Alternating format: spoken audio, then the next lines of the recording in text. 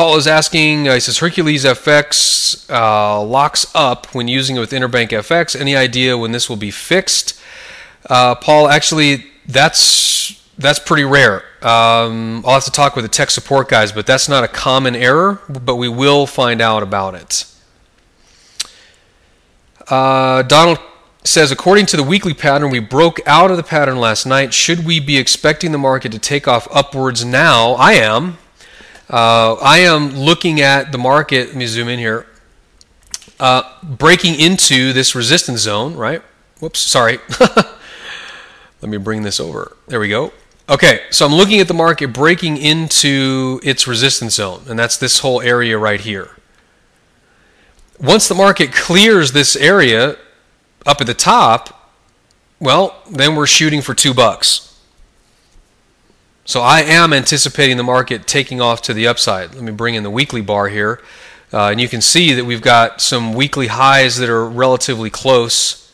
You can see right here, we've got one that's coming in at 98.27. We've got another one, whoops, right here.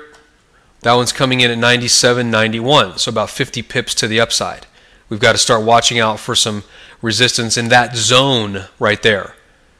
And remember, we create a zone out of it because everyone on the face of the planet said that 98.27 was resistance that week, and then everyone on the planet said that resistance was 97.91 on this week.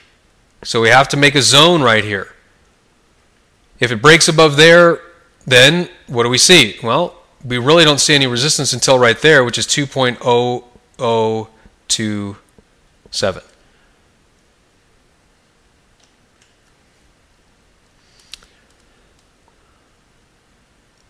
Kevin's asking about the Orlando event. Not really yet.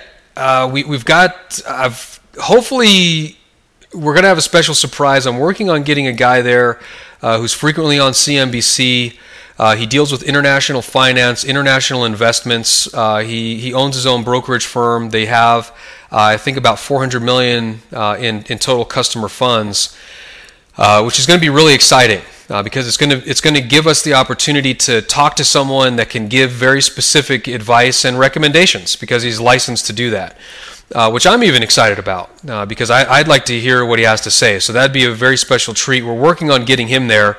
I can tell you that I've been following a trader for about the last year and a half.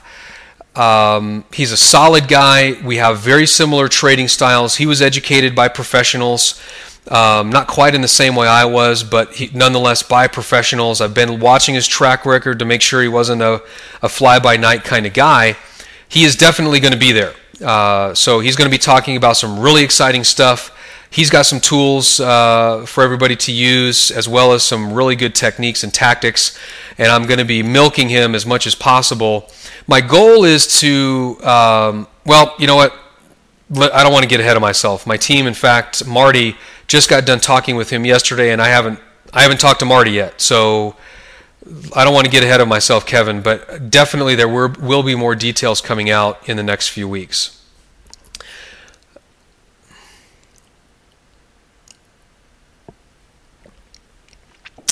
Sandra asks, in today's trade, at what point did you get out? I'm not. This is a trade that I'm looking at.